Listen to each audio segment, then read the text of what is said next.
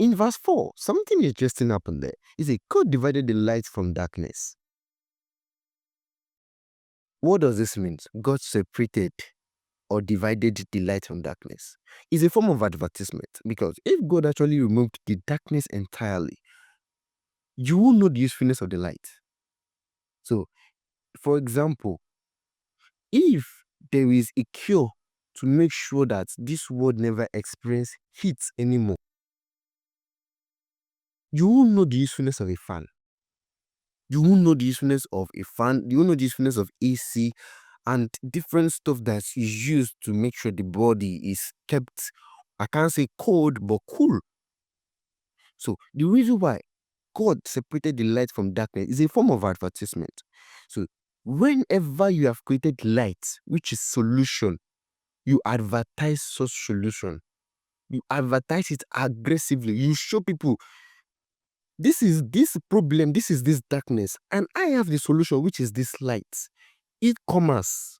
That shows it. That's the importance of e-commerce. You show them the distance between light and the darkness.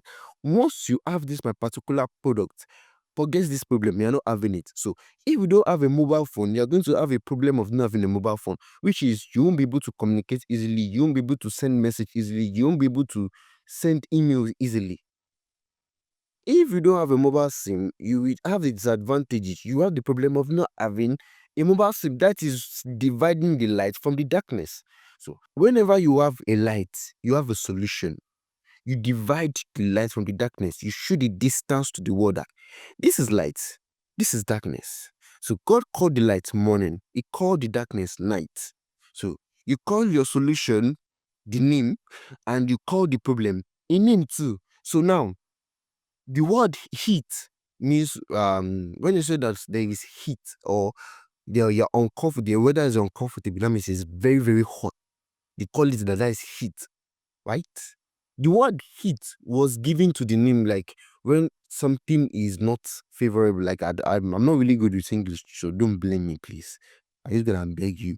So when something is uncomfortable, you call it like you say heat. So heat was given to a name of a problem of when there is extreme heat or when the weather is way too hot.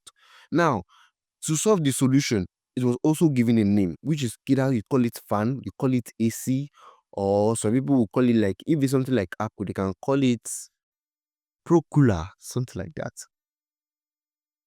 So you give the problem a name, you give the solution to a name.